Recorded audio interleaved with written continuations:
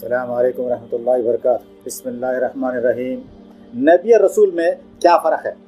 اللہ سبحانہ تعالیٰ کی اس فرمان سے ہم کو یہ پتہ چلتا ہے کہ نبی اور رسول میں فرق ہے۔ بلکہ اللہ سبحانہ تعالیٰ اس آیت میں کیا فرماتا ہے کہ وما ارسلنا من قبلک الا رسول ولا نبی، آپ سے پہلے نہیں بھیجا ہم نے کس کو؟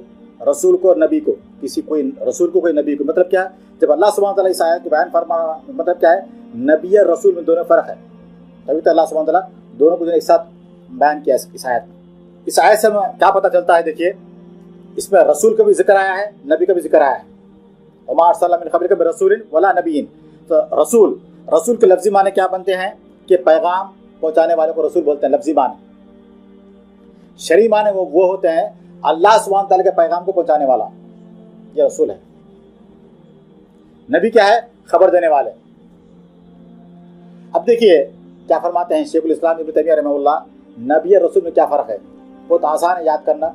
آپ فرماتے ہیں نبی کو اللہ سبحانہ تعالیٰ مومن کی طرف بھیجا ہے، رسول کو اللہ سبحانہ تعالیٰ مشرکین کی طرف بھیجا ہے۔